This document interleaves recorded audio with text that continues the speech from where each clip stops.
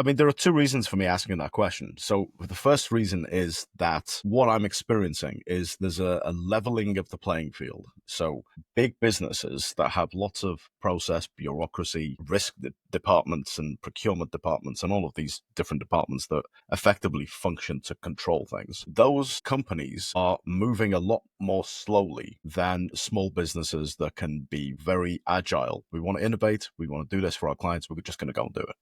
And we'll put appropriate guardrails in, but that appropriate governance that small businesses need to do doesn't have all of the committees and the approvals and the processes that big businesses have to do. So there's that side of it. And the other side of it, of course, is that, I mean, you say that the US is less risk averse, more innovation focused, right?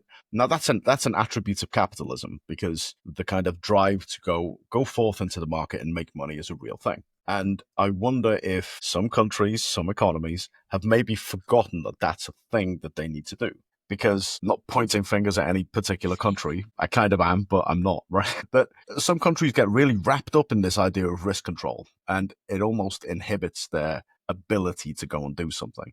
So you have this kind of size of organization, size of country kind of dynamic in there, and you have the focus on competitive advantage, I think, which are, these two things are not quite the same. But yeah, Yeah. I can't say No, things. it is about that. difficult. That's why I also mentioned that I think it's a cultural thing, because it's obviously bureaucracy is everywhere with corporations, but also how a culture is used to be implementing tools, being fast, or that also affects how fast we are going to go in this whole journey. It's going to be, let's see how I'm very excited to see it. I mean, the things that have happened in the last couple of weeks with out there in the market. So Google's agent space, for example, allowing agents to talk to each other, and couple that with the whole multi-agent stuff that Microsoft are doing, and the model evolutions that are coming from DeepSeek, OpenAI, Alibaba's model as well. All of these things are building and building and building, and they're creating this environment where at some point there's going to be there are going to be some things in the market that we just can't ignore.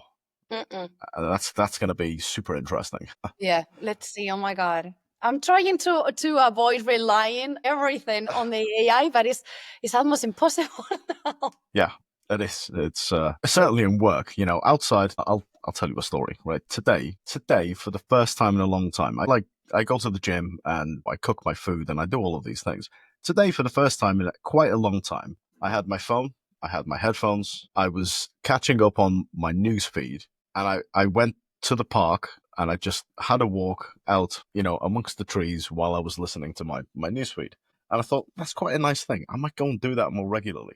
There was not necessarily was there any AI involved in this whole thing. It was just a disconnection between me, my laptop. I wasn't looking at a screen. I was just looking around. There were some dogs. None of them played with me, just to be clear. They were running around and doing their own thing, but they didn't come over to me. But this kind of thing is, as you say, there's a lot happening, and AI might control everything that we do at some point in the future. But right now, it's important just to disconnect and I think we need to keep that balance, and I think this is one of the massive worries everybody's having. Like, oh, we will be disconnected, and I think it's important to understand that this is a tool that can help lots of things, but we're humans and we need a lot of things aside of the artificial intelligence help. So it can make our life very easy in some points, but also we need to have a walk in the nature, or, you know, just do things on your own, just not looking into the phone. I think we are going to need to be digging on how to find the right balance on keeping these technologies in our side, but also keep being human, not automate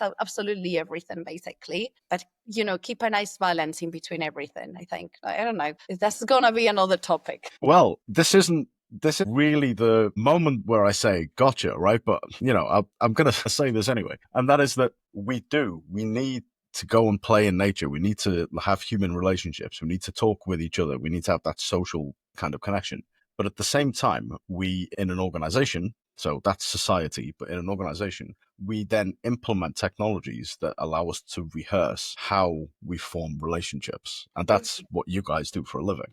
Yeah. So where's the balance between those two things? Because on the one hand, we want to connect with people, But on the other hand, in a business, we want to connect with people for a purpose, and that purpose eventually is to make money.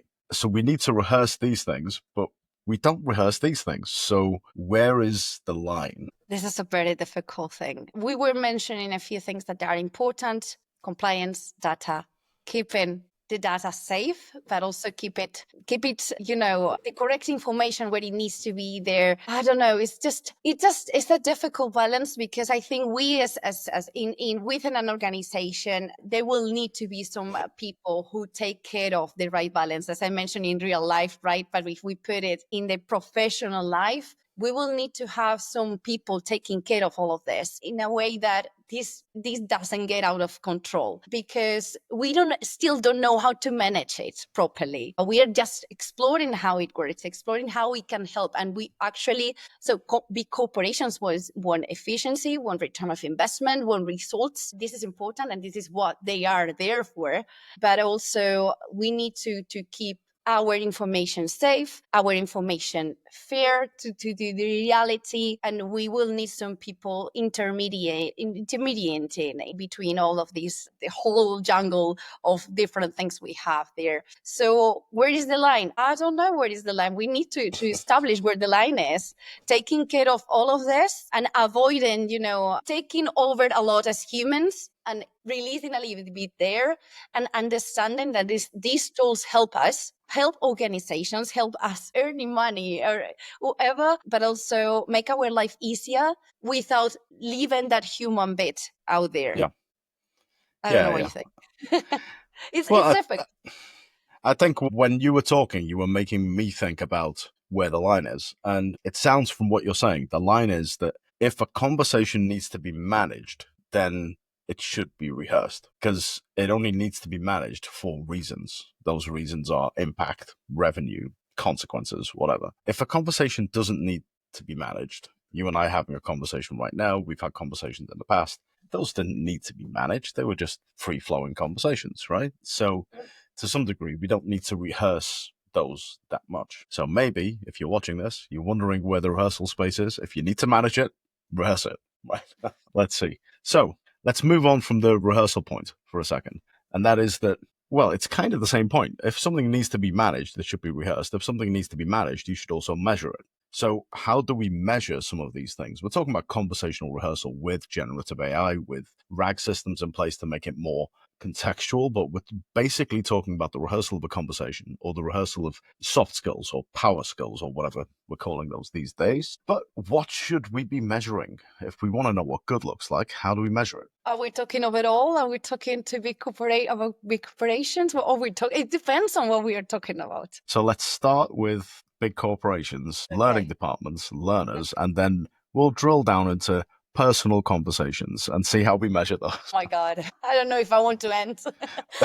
Okay. So, I think we should keep measuring the things that they have been measured forever, but in another way. Completion rates are important, obviously. So all the learning pathways, strategies are focusing on the learner and on different business KPIs, right? So we need to make sure that they finish the learning we are proposing. But also, I think it's very important to see how the engagement rates are, because we are saying that, okay, this is a tool that is going to help us. Okay, we were mentioning that RAG systems were fine, but they had a lack on that real feeling of putting together the knowledge and then playing it in the real life. Basically, engagement rates should be improving a lot implementing these tools, and we need to take care of having a look at satisfaction scores, for example, like NPS or something like that, having a look and see if this is improving or not. But also, as we mentioned, that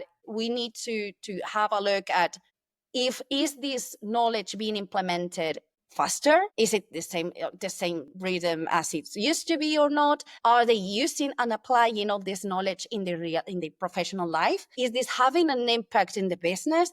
So all these different topics, I think they are key in order to measure if they are implementing, as big corporations are implementing properly all these tools, and if this is actually affecting what big corporations take care of, which is the business. And yeah, you are learning because of a purpose that is making your company better or making an improvement in your professional life. I keep developing. So to me, these are the key points that needs to be taken care of. But I don't know what you think. Maybe you have Yeah, another idea.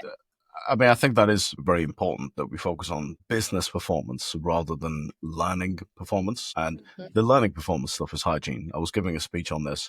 It might have been last week or the week before from the date of the recording of this, which is where we are now. But it was around all the different types of data that you can collect and how some of them are less or more relevant to the business and the business outcomes. And some of them are more or less relevant to how you measure your learning department or how you measure the spend of your learning budgets, which are very different things to thinking about business performance. But let's dive deeper. So we have the corporate and we have the corporate measurement of what a good conversation is. And when I started this, I playfully said, but what about personal conversations? Do you think we can measure personal conversations?